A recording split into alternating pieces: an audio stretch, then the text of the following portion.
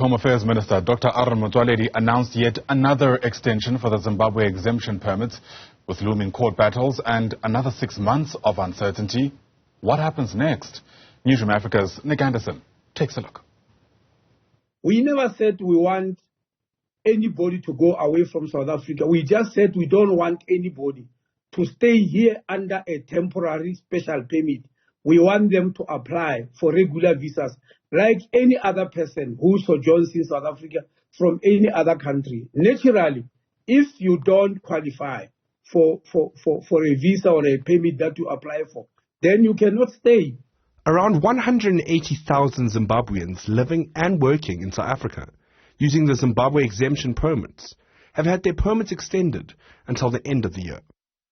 All 180,000 face the risk of deportation if they are not granted other visas to remain in the country. So why the latest extension?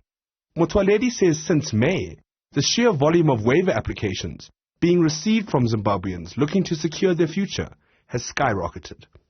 From the beginning of May until now, the applications have increased dramatically to between 1,000 and 1,500 per day. In other words, every single day, we receive between 1,000 and 1,500 applications.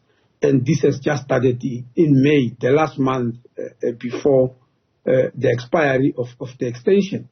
The Zimbabwe Exemption Permit was first introduced in 2009 under the name Dispensation of Zimbabwean Permit. Almost 300,000 Zimbabweans applied at the time. The permit was renamed in 2014 and again in 2017, where it became the ZEP. The Helen Suzman Foundation and several others have taken court action against Home Affairs and Motsoaledi on his decision to do away with the ZEP. The Pretoria High Court reserved judgment on the matter in April. While the legal proceedings continue in the background, organizations are keen to point out just how Zimbabweans are being affected. A lot of things are still happening which are not quite interesting. As you know, the ZEP holders have got kids. Most kids are unable to go to school because their parents need to be regularized first. So some kids have been sitting since January. And, you know, it's unfair for a child not to go to school because the parent is not legalized and Home Affairs is taking long to finish the process. We've got Uber drivers who are Zimbabweans, truck drivers who are going through hell in KwaZulu-Natal because they need to have driver's license.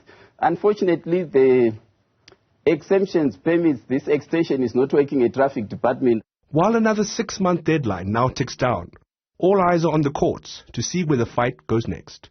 For Newzroom Afrika on Channel 405, I'm Andersen in Johannesburg.